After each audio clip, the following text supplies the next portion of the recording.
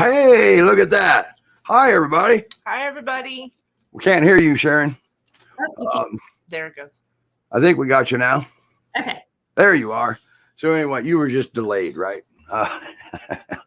So here we are, Saturday in Ohio and everywhere now. Once again, we're around the world and we're around the nation. So hey, we got a great show today, and we're going to get right to it, right? Sounds good. All right, there you are. I can hear you. So, Good. all right, everybody, we're gonna bring up our superstar of the day. How about that? A little pun intended. All right, and we're gonna make a minor change with her. So, everybody, I want you to meet Star. Okay,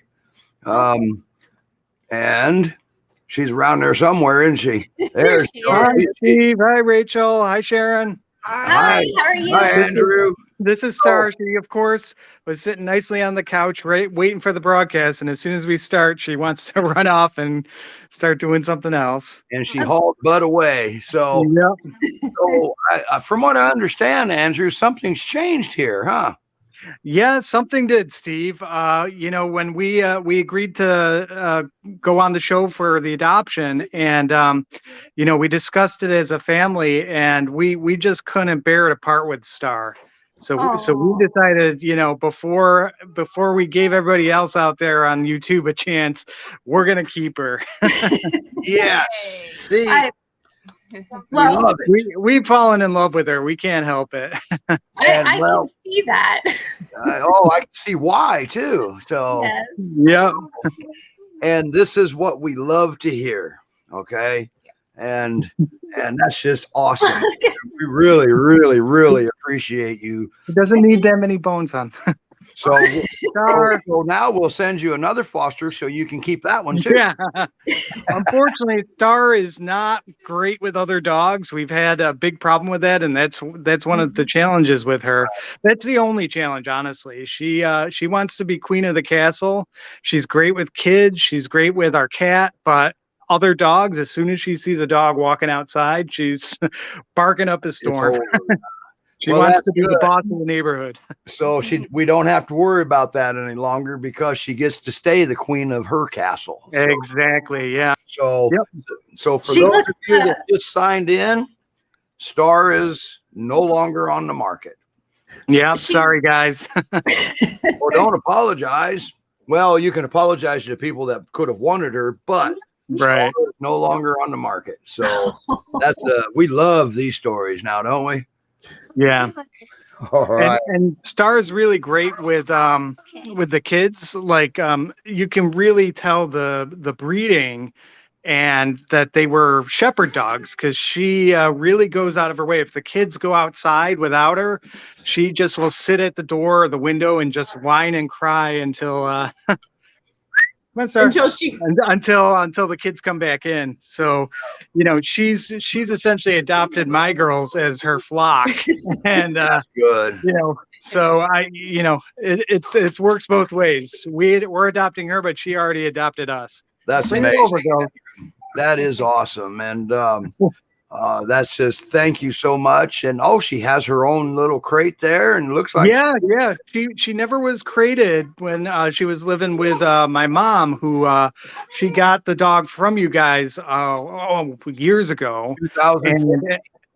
Yeah. And unfortunately, she passed away last year, and she asked me to take care of Star, and we managed to work it in. And in the meantime, we've just so fallen in love with her that she's a part of the family now. And I understand your wife has some allergies to her, and so we just have to be careful, brush Star a lot, not my wife. And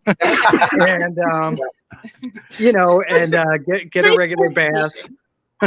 But it's working out okay. I just have to do a lot more vacuuming. that's awesome. I really like these stories, and Yes. really like Look that at picture her. right there. She definitely loves belly rubs. I don't know if she'll let me do it right now because she's got a milk bone. But you want a belly rub? Yeah, no, you want to eat your bone. Yeah. Let her eat her bone in peace. Belly rub, Yep. trust me, will come after that. So, Andrew, thank you so much. Okay. Yes. Well, thank you guys. It's been great working with you. You got a great organization, and you guys do really good work. Well, happy foster failure. Congratulations. Thank you. It's the best kind of failure. Yep. That is the best. That is. And she's so great with your kids. Oh yeah, she's amazing. Yeah. All right, Andrew.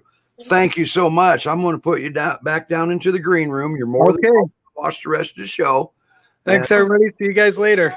Okay, you Bye, guys have a great life. Bye, girls. Bye. All right, ain't that awesome? I love those stories. Okay. Yep. So Me too. now we want to cover something with Lenny. Yep. How's the 5K doing? Do you have that in front of you? I do. And so for those of you who watched the broadcast last week, we featured Lenny, who is a dog with great Piers and Paws rescue. And Lenny has some major surgeries ahead for him. He had actually been shot in the face, and they had to remove his eye, but he has damage to his jaw, and so they have to do surgery on his jaw, and they are doing a 5K fundraiser, and their goal is to raise $8,000, and they are just under $7,000 right now. So $6,946 is what they have raised so far. So we're still a little bit of work to do yet. Still a little bit of work to do. Really cool. You can go on to the Love for Lenny 5K. You can register. I think it's $25 to register, and it's $40 if you want the t-shirt. Steve, do you have the artwork for the t-shirt handy? Yes, I do. Right here. That's the t-shirt, and which I just think is adorable. And so it's a virtual 5K. It kicks off on Valentine's Day, February 14th, and goes to the 21st. And you have that week to get in your 5K. You can do it however you want. You can run it, walk it, bike it, hike it, swim it. However you want to get in those miles. But you can. I'm going to bring Roman up because he's here, and hi, Roman. And hey, Roman. Now, last week when we was on the show, and I don't know if that's expired or not yet. It may have been, but Roman made the offer last week that if you donated $60 or more to Lenny, then you get a free training session. Is that expired now? Good. Good. Good, because I still need to register. So there you have it. So I'm going to be donating to the training session. If you donate $60 or more, you get a free session with Roman. How cool is that? Yep. Cool.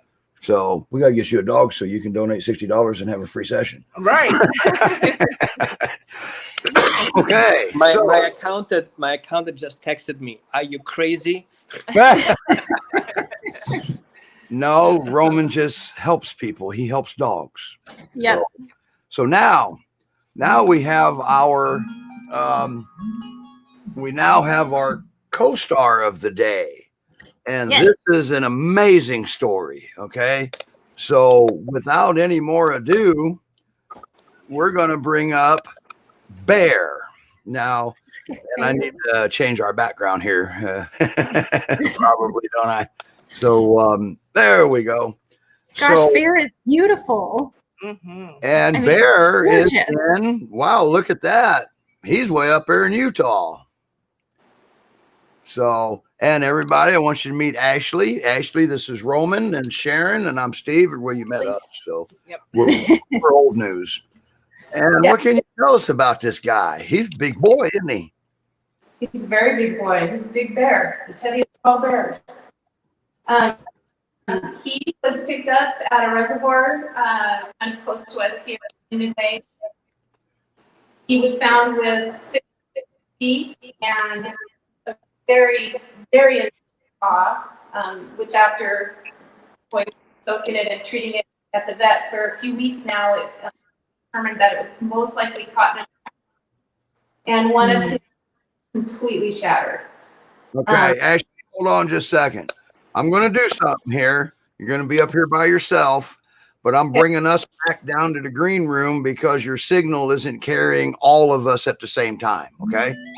So I'm going to bring us down to the green room, and now try that. Okay. Want me to start over, or are you good? Now you're good.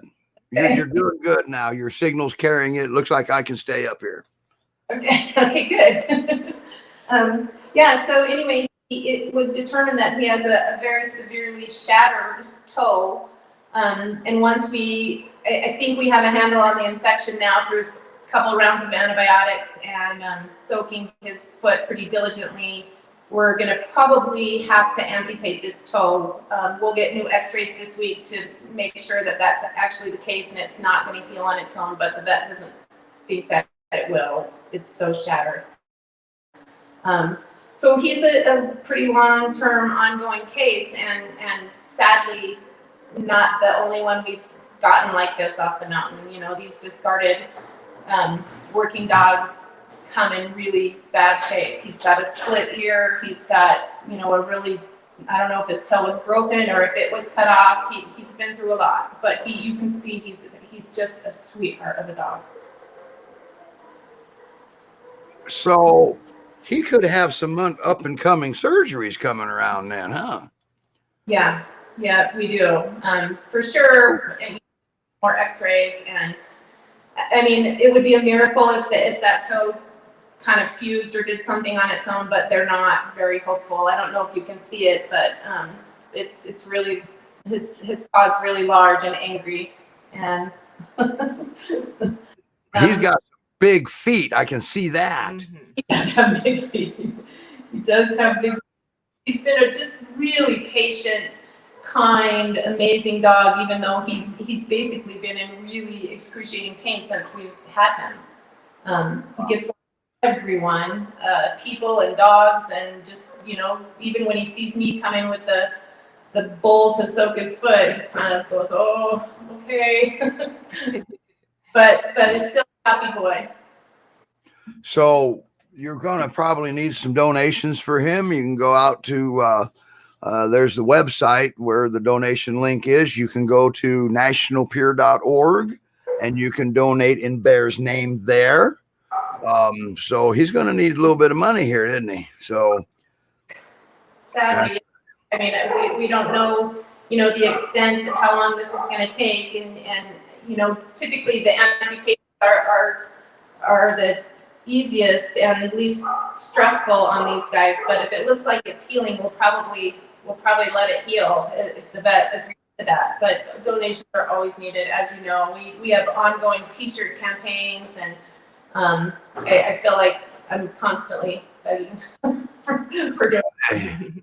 So is he staying in a kennel right now?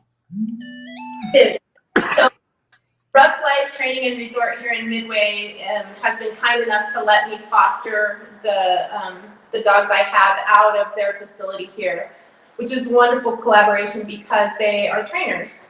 So when we have, you know, the typical peer issues, guarding things or maybe selective with other dogs, they really, really help us, you know, get these guys up and going and ready for their forever homes. And we've done maybe 10 now, I think.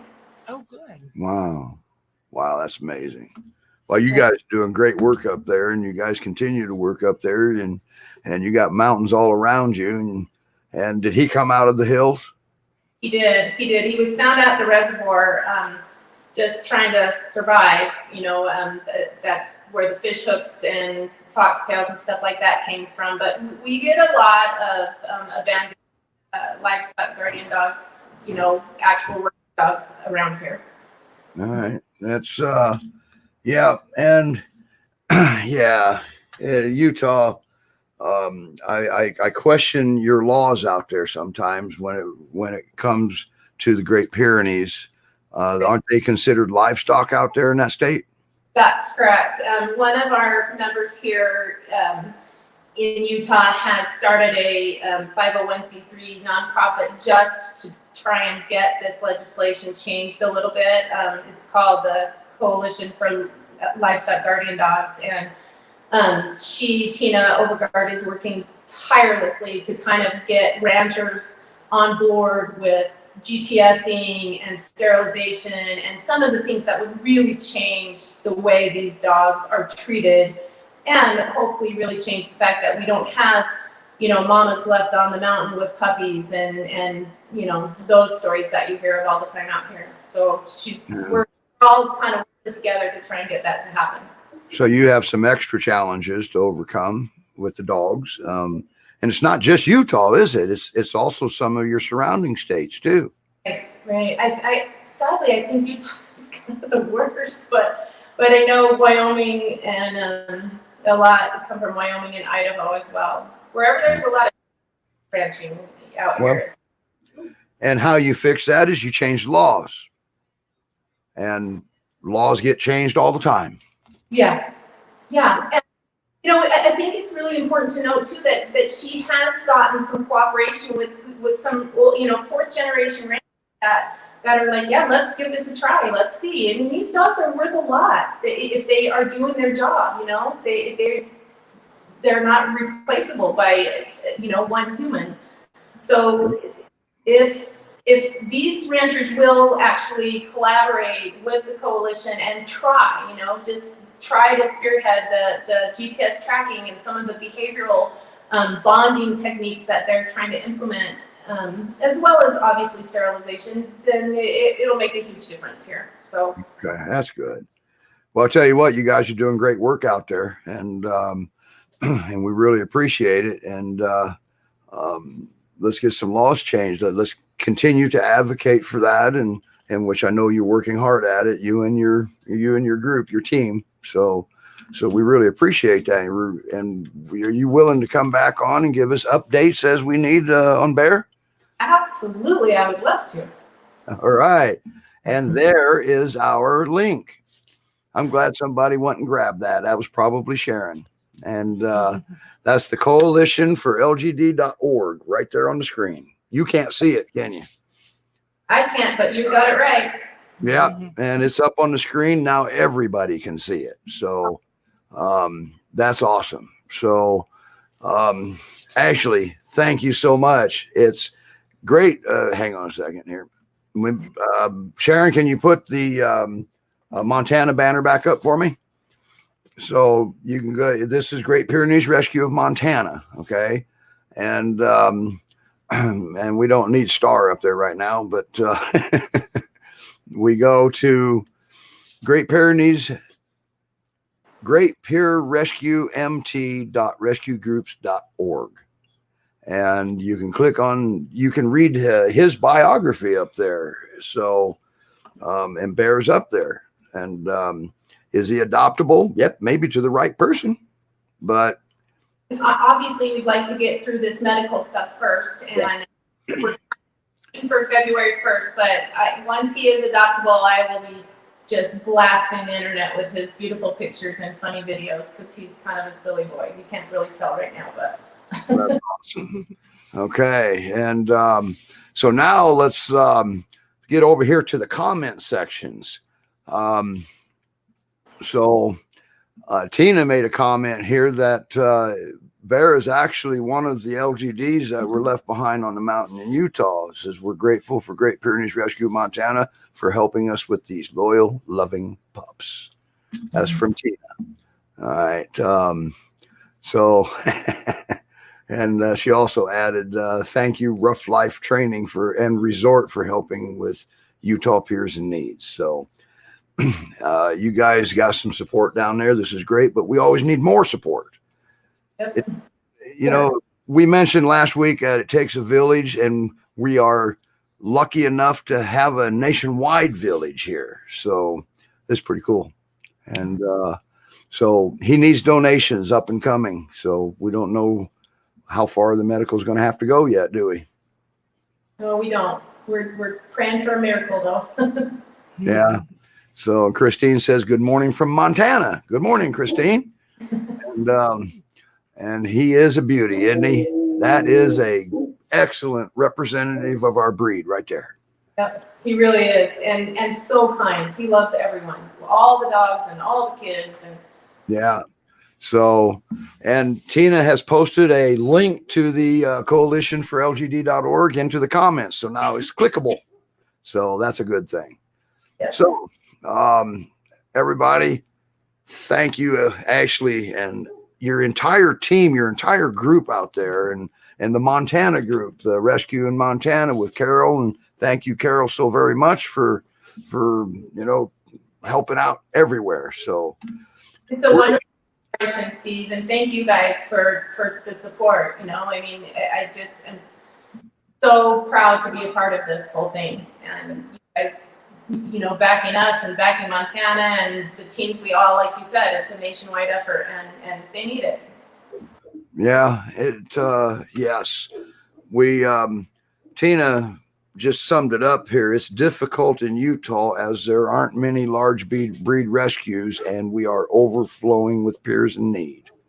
So we need fosters out there too. We need fosters. We need to be able to adopt them. We need places for them to go. We need donations so we can care for them medically. And wow, it'll come. It's coming. So thank you. 5K too, so I'm gonna get in touch with you guys on how to do that out here. I'll support yours, but then I'd like to do one in the spring as well. So if that would be great if we could. Awesome. All right, Tina, we're going to move forward. Roman's got quite a few questions ahead of him here, and I'm going to bring you down to the green room. I know you're busy, but you're more than welcome to watch the show from down there. I would say if he does something cute, I'm going to bring you up, but I have a feeling he's down for the count. This is cute. Yeah, it is cute. I will admit with that. I admit that. Bear, you have don't overexert yourself there, big guy. But yes. All right, Christine, we got to bring Roman up, and probably Sharon. We should probably let her rejoin the show too. She's our co-host. So thank you, Ashley. Thank you guys so much. All right, bye now. Wow, ain't that something? He is gorgeous. He's a beautiful dog. He's a Wait, whoa. I'm on the picture and she's like, I'm gorgeous. Thank you. I appreciate it. You're very welcome, Of Roman. course, Roman. Talking about Bear, but yes, you too. Thank you for clarifying. That is one amazing group they've got out there. Okay. Yeah. They see, they got the mountains they have to go up into. Okay. And Yeah. you're not looking at driving an hour, getting a dog, driving an hour back. You're looking at a day-long excursion to go save a dog. All right. So that's an amazing group out there, and we really, really appreciate everything they do.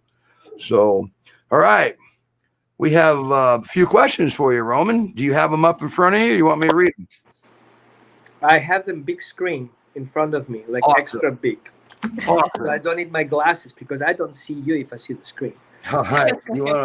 We have a little bit of a dog that wants in. So, Roman, everybody, is Roman Gottfried. Roman's holistic canine training, Roman's holistic dog training, however you want to look at it. He's an integrative behaviorist. All right. And he is approved NGPR trainer behaviorist. And there's not many on that list of approved trainers for NGPR. So, and his website is holisticdogtraining.org. So I'm glad you're on the list. I'm sorry. I'm glad you're also on the list. Yeah. And he comes on every week and to answer your questions. Thank you. Question number 1. Can puppies' behavior change in the weather? Of course. We have 2 3-month-old puppies that suddenly have started peeing in the bed. The weather has been rainy, but wanted to hear any suggestions. Good. So, yes, weather changes the dog's behavior. I'm not saying any names, but my dog, if it rains, they're not moving out of the RV. They're like, I'm not going anywhere. Ew, it's dirty out there and wet. So, what we usually do as people is, if it rains and the weather is bad, we just open the gate and let the puppies go out. And that's not going to cut it, Because what they will do is, well, if you stay inside, I guess I have to stay inside too. So I'm not going to pee outside, but I will pee where it's nice and cozy. Now, them peeing on their bed is interesting, and then the question comes in, why on the bed? Are they in a confined place? Can they roam free in the house? Because peeing on the bed is not normal for a dog who sleeps on the bed. Usually the bed is a clean space and everything around it is not. So I would theoretically more likely see a dog peeing on a carpet or on somebody else's bed or couch or a rug, but not on their own bed. So that is suspicious. So rule number one, eliminate urinal tract infection. So what I would do is not getting a coffee mug, but see if you can get a little bit of urine and send him to the veterinarian um, for a sample. You don't need to get your whole dog there. Just need a sample and ask your vet how much it has to be to do a urinal test. That's my first response. My second response would be, if you're not taking your dogs out, take one dog at a time, spend some time, put your raincoat, make sure on your way back you dry your dog off. Puppies get easily overwhelmed with cold. They have their coat, but you know what? Being outside in the rain and the cold alone, they don't want it. So take them with you, take a long leash, and spend some time, 10, 15 minutes, maybe 20 minutes, because the last thing you want is for the dog to start having convenience pee in the house, because the outside convenience doesn't exist anymore. Do not reprimand the dogs. When they're peeing in front of you, all you create is a problem. They will see you in the presence while they're peeing as a threat. So you take them out for a walk to pee and poop, they will not pee because they're afraid you're going to punish them. These are a few things that we need to keep in mind. This is my first two responses that I think we should eliminate first. So if you don't take your dogs out together and you just let your dogs out alone, you want to be part of it, take only one dog at a time. Spend at least 20 minutes, interact with them, give them space, don't have a short leash, give them like 15, 20-foot leash to move around safely. And yes, you can get them a raincoat. No big deal. You can get in any store, buy them a rain jacket and just wear them on. Start conditioning the rain jacket with treats. So if you put the jacket on, I'm giving here example of Willie. That's Willie, by the way. Hi. So you give a treat, put this on here, and then as your dog takes the treat, put the raincoat on top of your dog, and so they feel more comfortable going out. Yes, dogs are not foolproof. They may feel cold, so we want to make sure that our dogs feel comfort. Make sense? Now, next question. I have a male nurtured 30-month-old Pyrenees. He growls at my other male and female dogs sometimes. So, a male dog, 13 months old Pyrenees, is growling, but I can de-escalate the situation, but you cannot de-escalate the situation in general because it comes up again because he always growls.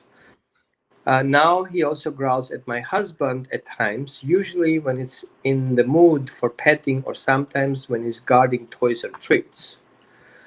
Okay, so I can see already the situation here. Or when he doesn't want to put his harness on the walks. When he growls, we stop and leave him alone. We have had, that's a good thing to do. Thank you for doing that and not punishing and yelling at your dog for it. We had him since 4 months old, adopted from a shelter. Okay. So there's a prehistory in that dog. And I feel if the dog feels threatened or he's in a survival mode because of stress or any other situation that he doesn't feel comfortable about, he kind of closes himself up, retreats to a safe place, and everybody who approaches, he's going to verbalize it. Stay away from me, I'm not feeling good, or stay away from me, I feel threatened. Recently, he has become more growly. I'm not sure how to help change this behavior. I'm worried about the bite in the future. Yes, I would say it is a risk. I'm not saying the dog will do it, but I'd say it will be a potential. Now, the first thing to rule out is, does the dog have any allergies? Because him doesn't want to get petted and growls when he wants to put his leash, his harness on the walks, tend to show me that the dog doesn't feel comfortable in his skin, which also can cause the dog not to feel comfortable in the belly, because the skin condition is a reflection of the internal food system. If you want to know how your dog feels internally, you just look at the skin. It's kind of like the inside out mirror. So I have the feeling he's not doing good on the food. He may have an issue with his digestive system that causes him to have allergies that makes him feel miserable in his coat. And so if you try to pet him, maybe eventually he has a yeast infection in his ears and doesn't want to get petted around the head, which the dog now is conditioned. Every time you approach to do things, your dog is like, stay away from me, growl. And of course, the other guys come over because they are interested in him, but he's guarding his things because he doesn't feel stressed. So we have a survival response kicking in. And so he's worried about the other guys taking things away that he values. If the dog goes into survival response, the first thing he does is say it, resource guarding. Good. The second thing that was going to happen is the dog will start verbalizing himself, making himself any type of displacement behaviors. Repeat after me, displacement behaviors, which means growling, looking away, nose licking, lifting legs, tails down. All these are informations towards you. Ooh, I don't feel comfortable about the situation. It can also mean I'm sniffing on the floor, pretending I'm not seeing you because mind your own business, because I mind my own business. Google displacement behaviors in dogs. So I'm saving you a lot of time explaining things. So I would say rule out medical conditions, rule out nutritional issues. And if you need help, maybe you want to message Steve or me and we can talk about that, how to address that, because each dog is individually. So I don't want to say do this or do that because people will start copying it. And I don't think it's the right thing to do because each dog responds differently to different foods. So I want to make sure he gets the treatment he needs accordingly. Any questions to that, Steve? Hey, Roman. Yes. She said 13 months old, and I know a lot of dogs get the Lyme vaccine when they turn a year. Good point. So I think that that's something else to look at. Let me explain. I'm burned today about mentioning anything because I just got booted from a rescue group. I don't mention any names because I mentioned that part could be an option and recommended the dog should get titer test instead of over vaccination. And not only I got booted from a group, I got actually blocked. So, okay, thank you for mentioning it. Yes, that could be an option. And I specifically mentioned the Lyme vaccine. The Lyme vaccine is different. This is a vaccine that actually is capable of altering their behavior quickly. Yes, and it also, and it can happen with one Lyme vaccine.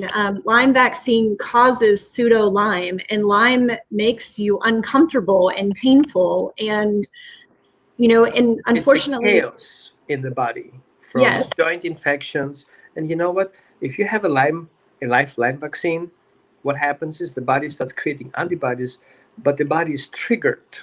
And really, we don't really know how Lyme works with the body. We know how it works with people because we have the feedback, but technically speaking, we do not really understand what exactly is happening to dogs. I know veterinarians really struggle identifying it in the first place and treating all these different symptoms, because if you have an immune flare-up in your body, it hits you the most wicked part of it, from digestive to pain to neurological pain to headaches to dizziness to drowsiness. All these things can kick in. You don't know where it hits you at that point. And I don't know if anybody had Lyme disease. I wish not, but I have known people who have that. It's not a heavy place to be. No. Yeah. So it's just something to think about. There is a detox protocol that if they did give the Lyme vaccine, that they can do to kind of help the dog overcome that. And I have a foster that had the Lyme vaccine and caused severe resource guarding and aggression issues. And the detox protocol and working through her with that has, we've made a lot of progress. So I guess I just mentioned that because I know I've seen it. So I would love your written feedback on that. If you have time, I know you're busy. If you write something together, I would happy to post it on my website because people need to know. And if you mention to the doctor, he tells you, no, it doesn't. No way. Because my people who told me to vaccinate your dog basically told me there is no side effects on it. Right. There is a study on it that we do send out with our applications and our contracts and stuff. And I will send that to you, Rome. Thank you. And my vet actually doesn't recommend it. Has said it's really a nasty vaccine. I love your vet. Yes. She's not a woman and married. Just said that it's better to use the preventative, so flea and tick preventative. So I don't know if that's this dog's case. Maybe they didn't give the Lyme vaccine, but it just when I heard the age, it made me think of it. I'm personally not a fan of preventatives. I'm rather being proactive. I used to live in Connecticut where the Lyme was very high. I was vigilant about holistically, treating my backyard, fence up my property, have no deers walking around, and love raccoons. They just eat so many ticks. It's not funny anymore. So, what's great is check your dog every day. And just because you see a tick doesn't mean your dog has Lyme disease. Right. I would recommend, if you are suspicious on that particular species of ticks that you found on your dog, put it in a Ziploc bag, send it to the doctor, and test it. And if you test positive on Lyme, then you do a protocol. But proactively, he still gets bitten by a beast. It's not that it's absolutely 100% effective, but you put 100% your dog on the toxins. It's not something I would like to see. Is it a miserable disease? Yes, but toxins are miserable too. And if you can avoid it, just clean your yard, make sure you don't have a pathways of deers jumping on through your property, that kind of stuff. But everybody does whatever thinks is right. Yeah, Carol has a question. She wants to know how common is the vaccine given. Carol, that depends on the area you're in. Mm-hmm. Like if you're in Massachusetts, there's a lot of ticks there and a lot of deer ticks and stuff like that, and it's kind of common for the vet to tell you need that vaccine. And here's the thing: you don't need it. It's not a core vaccine. All right. It's actually become very common here in Ohio for vets to give as well, as Lyme has spread to Ohio. But, like our property, we have 31 acres. We're not going to keep deer out of it. We can't 31 acres for ticks. Right. And unfortunately, there are ticks that are so tiny that they can get on your dog and you'll never see them because they're like in the nymph stage, but they can transmit disease. So you kind of have to evaluate your particular situation. When we lived in a neighborhood in a backyard, we could control the ticks a lot more easily. They are healthy preventatives. They're not toxic to animals, but they're toxic to ticks. Mm-hmm. I would go that route. So if preventative, yes, but not those multi-internal preventative, just external preventative. Mm-hmm. Yeah. Okay, getting back to the question, basically what happens is Roman and myself, we got to clear the dog of medical, make sure the nutrition is correct, then we can work with the behavioral, okay? Right. So Lyme would be considered medical. Yes. Right. Now, to keep the dog safe, we want to make sure that we see those settled signals of avoidance, and if the dog doesn't feel good that particular day, keep everybody away, not a big deal. Set up a baby gate, have the dog behind the bars, making sure he's not getting harassed or bullied by other dogs. And you know what? Maybe you want to skip that harness for a while and just take him for a short walk in your property. make sure you have consent before you do anything, like offer a treat. If a dog tastes a treat, put a leash on, and then walk him out for a walk, because sometimes harness can create pressure points around the shoulders, and some people harnesses are causing pressure points on the dogs, and that can actually cause discomfort on top of what he has right now. But it sounds suspicious to me to be a medical conditions, but hopefully not. And when I was reading that question, I felt the same thing, that it was suspicious of medical. Yeah. Okay. All right. Question number 3. I have a 6-month-old. Oh my God, that's so cute.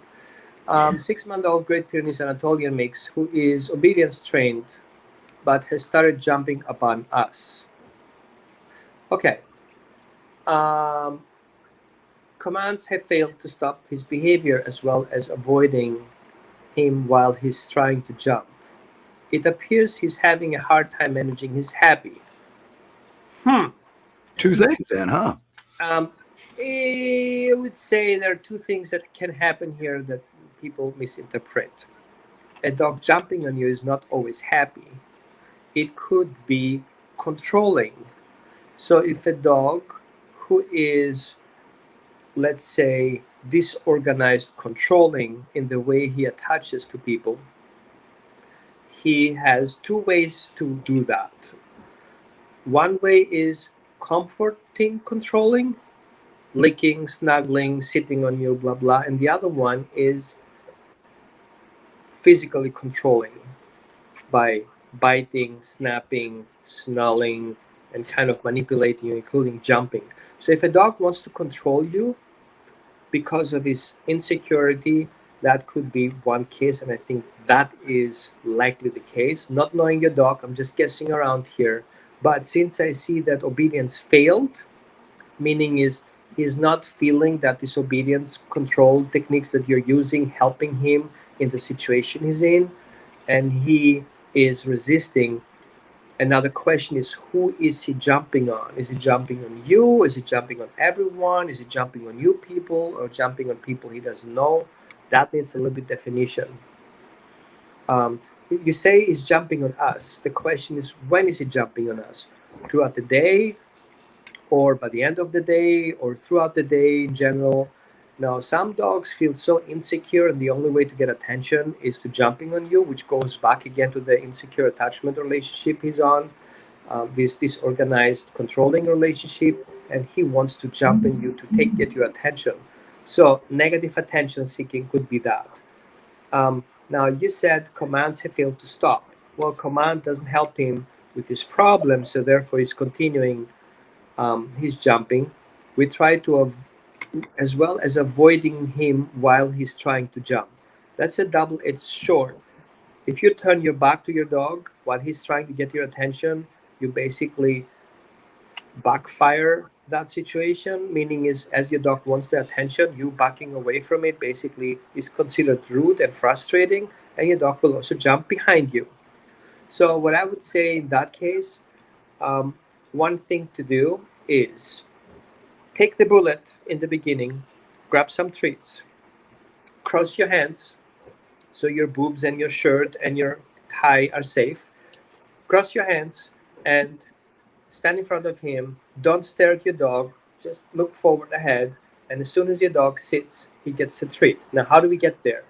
Teach your dog what to do upon approach. Step number 1. That's homework. Get your dog attention, show him a treat, move backwards. Don't hit the wall. Move backwards a little couple of steps and hold the treat in front of your dog. Not in front of his face, a little bit higher. So the dog looks up. He sits, he gets the treat. Repeat.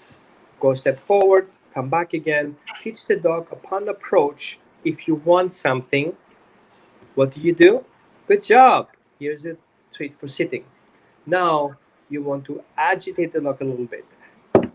Make some happy gestures and offer the treat, and your dog sits, gets another treat for that. Now we condition the dog. What do we do when we come up? We sit. What do we do when we get a little bit agitated? We sit to get what we want. At the same time, I would like you to teach your dog a jackpot. A jackpot is not $1 million that you want to win. A jackpot is much more worth than that. For first jackpot is affection. Good job. I would recommend to do under the chin, or on top of the head. Do not drop the ears. Not a good idea. The next jackpot would be giving the dog your treats. Good, we have treats and we have affection. Then we want to give him a third jackpot, which is, I appreciate you, my dog, for making that choice to sit in front of me, okay, instead of jumping and scratching me. So appreciation, food reward, and affection. You cover 3 needs: physical, emotional, and nutritional. All these things is the package. Now we want 2 markers. The first marker is the word good. So the dog hears a verbal marker. The second marker will be facial expression, okay, without the head. Good. So 2 markers and 3 rewards. 3 rewards: food, affection, appreciation. 2 markers, facial expression, and the word good. If you're smart and extremely educated, you're going to use the clicker as a third marker. Click, good, facial expression, food, affection, emotional appreciation. That's an extremely jackpot. Oh, now your dog is satisfied 100%. If he wants affection, he gets it. If he wants his food, he gets it. If he wants your attention, he gets it. If he wants your feedback, he gets it. Why? Because he learned from you what you appreciate. So if you want my attention, this is how you get it. But if you get your attention, I need to know what you want from me. So back to the previous exercise. I don't know if you guys remember the 2-treat exercise. Show your dog how to get more of you. Look at the problem he has looking at you, gets him the reward. So if your dog wants something from you that is not you in particular, but is something that he wants from you that you have access to, for example, food, you will see your dog looking at this food bowl and looking up to you, telling you, I need something that's over there. And you can assume, because it's in the kitchen, likely is food, right? Or he looks at the door, he wants to go outside. He sits at the door, duh, he wants to go outside, right? So that will help you managing the jumping, because jumping is the way to get what he wants. It's a functional behavior. Say after me, functional behavior. He doesn't want to take over your family. He doesn't want you to dominate you, or being the alpha. It's a functional behavior, and all that's going to happen, he wants something that comes with it. I cannot read what they say. Nancy's thanking you. She says, we have a bad jumper at the rescue. Nancy's in Colorado. He will sit really well, and his jumping calms down once you've been around him, but his initial greeting is to jump up. So okay, for that case, which not affect him, is teaching the dog what to do when new situation comes in. For that case, in that exercise where I told you walk backwards and ask your dog to sit, you work your way back to the door.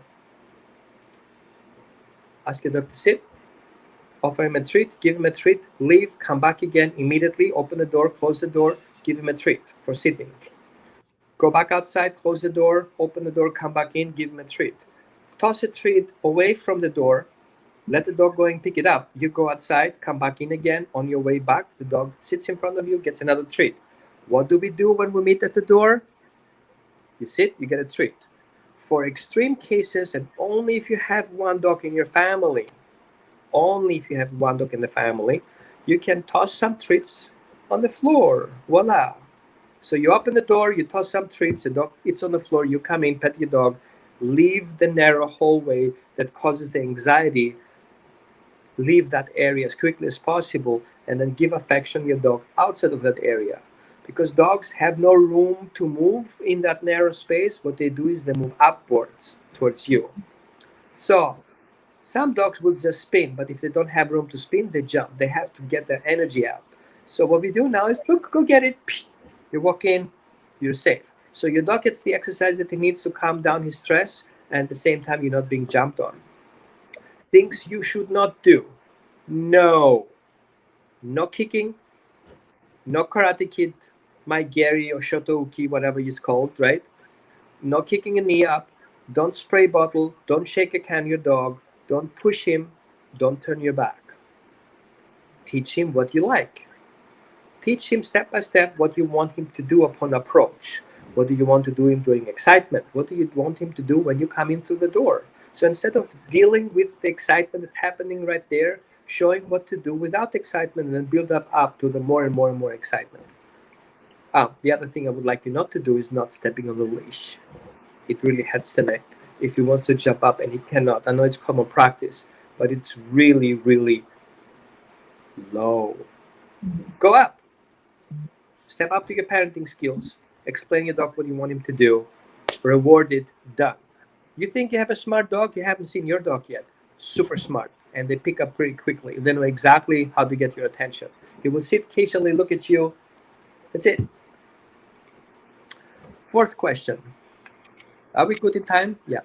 I just got myself a Pyrenees rescue a week ago. Congratulations. Noah is wonderful, but is terrified of the car. Wonder why. He stops short of the garage and stiffens. He won't get within 8 feet of the vehicle or the garage. No difference if the cart is pulled out. Also stairs. He won't put more than just front paws on the bottom. If at top, he won't get close. Help, please. Oh my God, that's a help call. So, step number 1, dog is terrified and he needs instructions. He doesn't trust you yet. It doesn't mean don't take it personally. Dog might likely have a bad experience. I don't know how old that dog is, but it seems to me he was dropped off with the car at the shelter or dumped with the car. So him seeing the car may have a PTSD response. Car equals bad experience. Veterinary visit, surrendering, shelter, whatever happened in the past, that car is not a good idea. So how to work with that? Now, one thing I did with a client of mine, it was an online session, by the way. I asked them what car they have, and they told me they have a sedan, these 4-door sedans, and the dog will not go in the car because he had a hard time getting in the car. He's 3 years old. Listening. He's 3 years old. Okay. So he has already a history on that. Now, the dog would not step in the car because he recognized that he couldn't step on the thread. So he sees a car with 4 doors he doesn't want to approach. He was very easily to get into a car that was a sliding door, like a minivan.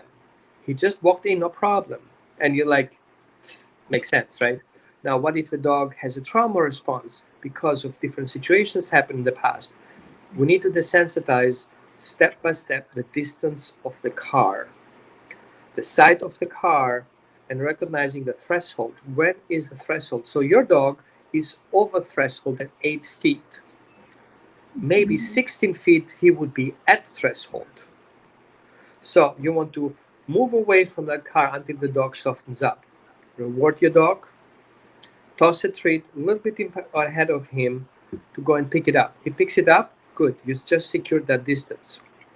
The next thing I would like you to do is to wait patiently in front of your dog. And if he looks at the car, you give him a treat. He looks at you, he gets a treat. Start all over again. Walk away, come back again. He looks at the car, he looks at you, he gets a treat. He gets a treat for looking at the car and looking at you. Then you hold the treat and wait. If your dog sits, he gets a treat, you make another step forward. What we do now is we desensitize the dog on his threshold. How far away he feels safe for the car. Now, your goal is to walk around the car, so to have the dog see the car from different directions. Okay? The next thing I would like you to do is to start creating a foot trail towards the car. See if he responds to that. If he responds to the shape of the car, he would not have problem for a car who is outside of your property. A car that he hasn't seen before. See how he responds to that car. Have a friend coming over with a car, park the car in the driveway, and see if your dog responds differently to that car. Dogs are smart. They can recognize that this is the car always you drive. And last time my parents drove me away with a car, never came back home. Car is a dangerous place to be. Never get in the car. So that will eliminate, and we definitely can classify the dog has a PTSD response on the car being owned by his handler. That then we have to look at different protocols, which is first building secure attachment relationship with you, so the dog starts trusting it, start building commands around the secure attachment relationship, and then use that to get your dog trusting you to get towards the car, which means you're not getting the dog in the car in less than a month. That's guaranteed. So, the staircases, yeah, dogs feel very uncomfortable in case the dog has inflammation on his joints. I'm not a veterinarian, I'm just saying the dog may not be able to walk down the staircase because it hurts. And maybe one reason why he doesn't like the car is because he's unstable in the car and all his joints are hurting. Or he cannot get in the car because his joints are hurting. And maybe some people used to choke him to get in the car and he doesn't like the car at all because choking and pain is not good. That could be an option, but I don't know. I would like to see maybe a video of that situation and see what the whole scenario looked like. Did I miss any question? No. No, you got all the questions, and you can send Roman the video to holisticdogtraining.org. Maybe you can post it here. Yeah. However you want to see it. You know, I was waiting on Bear to do something cute, and he did. He got up and left. I did bring him up once. He did something cute. He actually moved. So yes. I brought him up. Oh. But Ashley's down there waiting patiently. And we're going to bring her up. Oh, there he is. I got to bring him up. All right. Look at him. That's a big dog, huh, Roman? I don't see. You have to make a big screen. Oh, sorry. Let's make it smaller. Look at him. He's big. He's kind of stretched out there. He's almost 4 feet long. Don't do that on camera. Hey, Bear, save that for later. Look, he's like, okay. Sweet boy. He is something else, isn't he? But yeah, that's why I brought him up. He actually moved. And then I saw him get, and I thought, oh, wow, I'm going to bring him up. And he got up and left. I want to share something with you guys because it's really funny. So I'm in Oregon, in Eugene.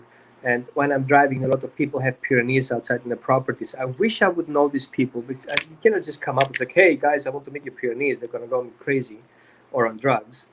So what's funny on that is that every time I drive past by, I see a Pyrenees laying on this yard just like that and surrounded by sheeps.